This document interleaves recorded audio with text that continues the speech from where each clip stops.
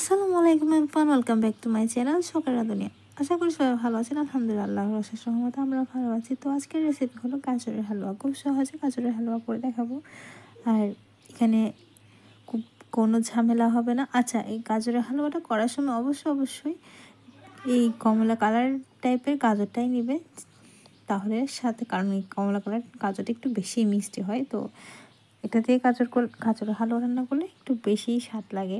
তো আমি ফার্স্টে গাজরের উপরের অংশটা ছিলে নিয়েছি। ছিলে ভালো করে পরিষ্কার করে একটা গ্রেটার দিয়ে এইভাবে লম্বাতে করে গ্রেট করে নেবেন। একেবারে কুচি কুচি করে গ্রেট করতে যাবেন না, মানে এমনভাবে ধরবেন যেভাবে আমি ধরেছি ওভাবে।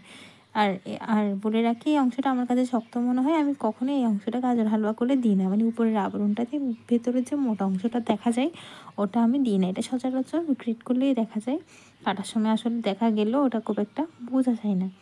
তো আমি খুব সময় কম নিয়ে করতে চাচ্ছি, সহজে করে নিতে চাচ্ছি ব্যস্ত রাঁধুনিদের জন্য আসলে।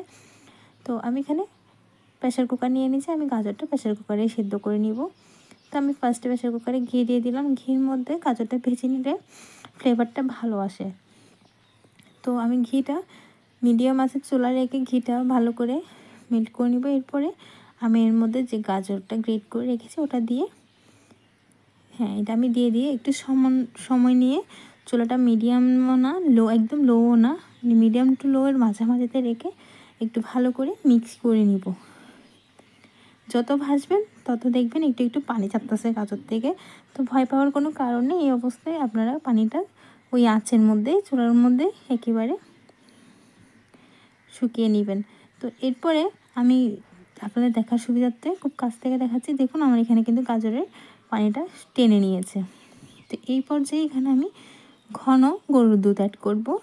আর আমি আশেপাশে আসলে গরুর দুধটা ওইভাবে কালেক্ট করতে পারিনি, তাই আমি বাজার থেকে নিয়ে আসছি। আপনারা চাইলে আশেপাশে কারো গরু থাকলে ওইখান থেকেও কালেক্ট করবেন, তাহলে কিন্তু গাজরের হালুয়াটা একটু বেশি স্বাদ হয়। তো আমি বাজারে যে দুধটা পাওয়া যায়, তরল দুধটা পাওয়া যায়, ওটাই অ্যাড করব। তো আচ্ছা, এখানে বলে রাখি, আমি এখানে গাজর কিন্তু খুব কম নিয়েছি হালুয়া করার জন্য। আপনারা বেশি নিলে আপনাদের দুধ, চিনির পরিমাণ সব কিছু একটু বেশি লাগবে। আমি কম নিয়েছি কারণ আসলে আমার বাসায় মিষ্টিটা খুব একটা সবাই পছন্দ করে না, তো জাস্ট অল্পই খাই, তো ওই জন্য কম করে করা। তো আমার ভিডিওগুলো ভালো লাগলে লাইক অ্যান্ড সাবস্ক্রাইব করবেন, এবং অবশ্যই কমেন্ট করে জানাবেন আমার রেসিপিগুলো আপনাদের কেমন লাগে, আর ট্রাই করে তো অবশ্যই জানাবেন। তো এই পর্যায়ে আমি এখানে দুধটা দিয়ে ঢাকনা দিয়ে দিব, জাস্ট একটা সিটি ওয়েট করব। আচ্ছা, যাদের বাসায় প্রেশার কুকার না তারা এমনিতেও করতে পারেন চুলার মধ্যে, তবে সময়টা একটু বেশি লাগতে পারে। তো দেখুন, আমি এক সিটি দেওয়ার পর আপনাদের দেখাচ্ছি। আমি এখানে কিছু বাদাম, মানে কাঠবাদাম আর কাজু বাদাম কুচি কুচি করে কেটে নিয়েছি, কিশমিশ, বড় কিশমিশ সব কিছু নিয়েছি। এবার আমি প্রেশার কুকারে গাজরটা সেদ্ধ করার পরে এটা অন্য একটা ফ্রাই প্যানে নিয়ে নিলাম। আপনাদের দেখার সুবিধার্থে আসলে প্রেশার কুকারের মধ্যে কেমন যেন দেখাচ্ছে। তো দেখুন, গাজর কিন্তু দুধটা মানে পুরাপুরি হয় নাই। তো আমি এখানে চুলায় মাঝারি আছে রেখে একটু নেড়ে চেড়ে দিয়ে পানিটা টানিয়ে নিব। কিছুক্ষণ রাখলে পানিটা নিচ থেকে যখন শুকিয়ে আসবে, ঠিক এই পর্যায়ে তখন আমি এখানে চিনি অ্যাড করব। তো এই পর্যায়ে আমি এখানে আমার স্বাদ অনুযায়ী চিনি অ্যাড করব। আচ্ছা, আমি এখানে সামান্য লবণ অ্যাড করলাম। আপনারা চাইলে নাও করতে পারেন, তবে মিষ্টি জাতীয় খাবারে লবণটা অ্যাড করলে মানে স্বাদটা একটু অ্যাডজাস্ট হয়। তো আমি এখানে এলাচ দিয়েছিলাম, এলাচগুলো তুলে নিয়ে নিচ্ছি। এলাচগুলো যদি গাজরের হালুয়ায় মুখে পড়ে তাহলে আর গাজর খাওয়ার স্বাদটাই থাকবে না। যদি আবার সুগন্ধের জন্য এলাচ কিংবা এলাচ গুঁড়ো দেন, কিন্তু যাই বলেন আমার কাছে কেমন জানি এলাচটা মুখে পড়লে আর ভালো লাগে না। তো আমি এখানে 2 কি 3 চামচ চিনি নিয়েছি। অবশ্যই চেষ্টা করবেন গাজরের মধ্যে চিনিটা, হালুয়ার মধ্যে চিনিটা একটু কমিয়ে রাখার জন্য। খুব বেশি চিনি হয়ে গেলে ওটা একেবারে বেশি মিষ্টি লাগবে, গাজরের যে ফ্লেভারটা ওটা বোঝা যাবে না। তো এই পর্যায়ে দেখুন, এখানে গাজরের যে পানিটা বের হয়েছিল চিনি দেওয়ার পর, ওটা শুকিয়ে গেছে। তো আমি এটা এক পাশে রেখে এবার একটা ফ্রাই প্যানে ঘি দিয়ে দিলাম।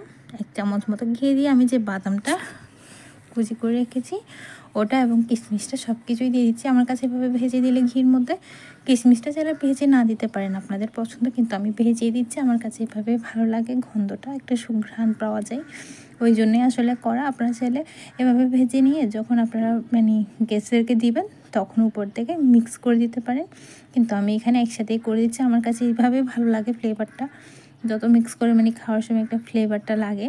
তো গরম গরম ঘির থেকে আমি ডিরেক্টলি এখানে দিয়ে দিব, দিয়ে খুব ভালো করে মিক্স করে নিব।